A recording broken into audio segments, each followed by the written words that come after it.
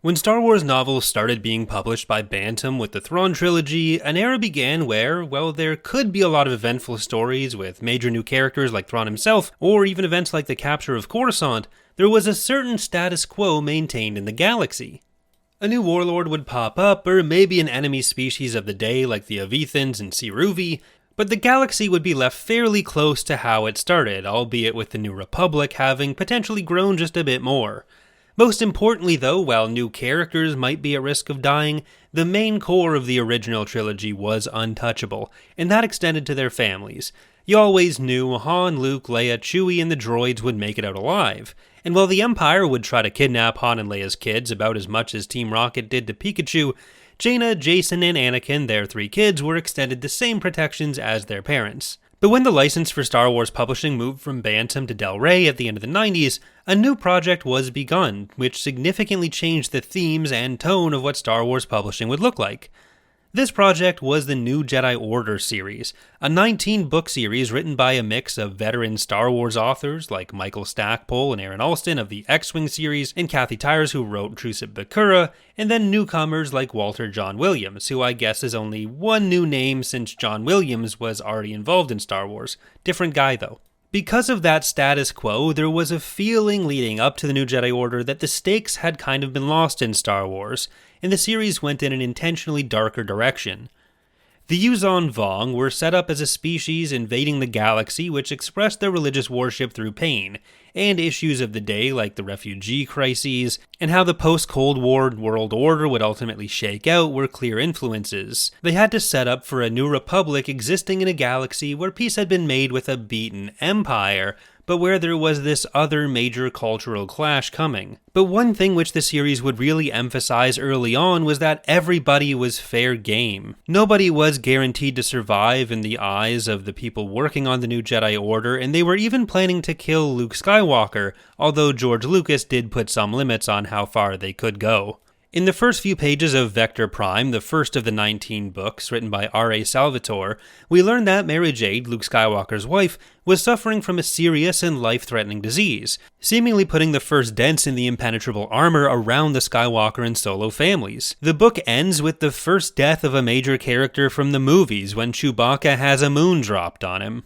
This was a move which, despite not being his idea and being one which Salvatore had mixed feelings about himself, resulted in a massive fan backlash against Salvatore, including hate mail, death threats, and review bombing his other work, while he was already mourning the recent death of his brother, a proud tradition within the Star Wars fandom and other fandoms which has been kept up until this very day. And just to be clear, even if killing Chewbacca had been his idea, none of what he received would have been justified anyway. In the books which followed, the death of Chewbacca nearly split Han and Leia up, and caused Han to fall into a spiral of alcoholism and depression. But even with all of these darker moments, including the death of Chewbacca, I don't actually think the first half of the Yuuzhan Vong War necessarily set up a permanent tone shift. Mero was cured a few books later, and while Chewbacca was a beloved character, he was frankly kind of peripheral to most stories.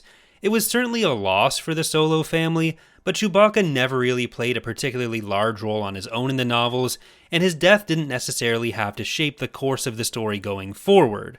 About halfway through the series, we hit the book that I really think set the tone for the rest of the expanded universe, and which represented a bit of a point of no return.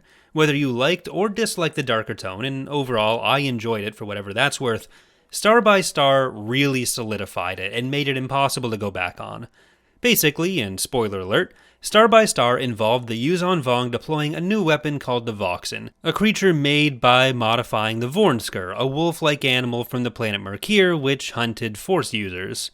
The Jedi had been a huge problem for the Vong, and the Voxen was their answer. Several Jedi were killed quite quickly, setting the tone for the book, and you get a pretty graphic death sequence at the start. And the deaths we hear about in the early parts of the book include the deaths of several friends of Jaina, Jason, and Anakin from the young reader novel series Young and Junior Jedi Knights.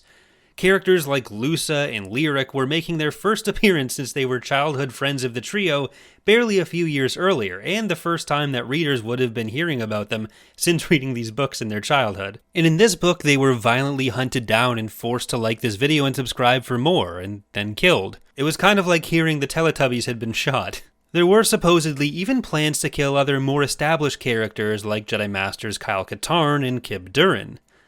This led to Anakin Solo and his siblings taking a strike team of similarly young Jedi, mostly teenagers, into the Yuuzhan Vong world ship Banu Ras, where the Voxan Queen lived and where the other Voxan were being made.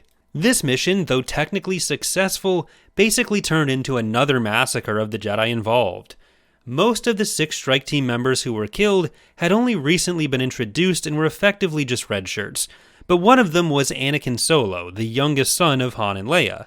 This was obviously devastating for his entire family, and the aftermath of this mission basically shaped every part of the Legends expanded universe which followed. It would have been pretty close to impossible to return to a more low-stakes Adventure of the Week format after the Yuuzhan Vong War when one of those core characters was gone from the Solo family. And Han, even within the series, directly lampshades this new dynamic, saying he'd always felt like no matter what went wrong, their family was within this impenetrable bubble and that was now gone. Anakin's death was impactful enough, but this book also set up for the future trajectory for Jacen and Jaina as they began to step up more and more as leads for the franchise. So again, spoilers obviously, but both were heavily impacted by the death of their brother. Jaina had a brief dark side journey, but she got better. Jacen was captured during the mission and didn't actually return until several books later, after spending time in captivity being tortured and trained by Vergere, a Jedi of the Old Republic who believed Jacen's fate was inextricably linked to the Yuuzhan Vong. Vergere would also later be retconned into having potentially been a Sith, shaping Jacen into being a future Sith. Though that is another very controversial point, and even in-universe it's not necessarily a statement of fact that Vergere was a Sith. But either way, I think Jacen's torture, fall, and eventual death do continue to show the darker tone Star Wars had committed to, and I think it does have its roots here in Star by Star. Another casualty of this mission was Raynar Thal, who was another of the school friends of the Solo kids from the Young Jedi Knight series. He wasn't killed on the mission, but he was gravely injured, and when 2 Dark Jedi who'd been captives of the Yuuzhan Vong stole the strike team's escape shuttle, Raynar was unconscious on board.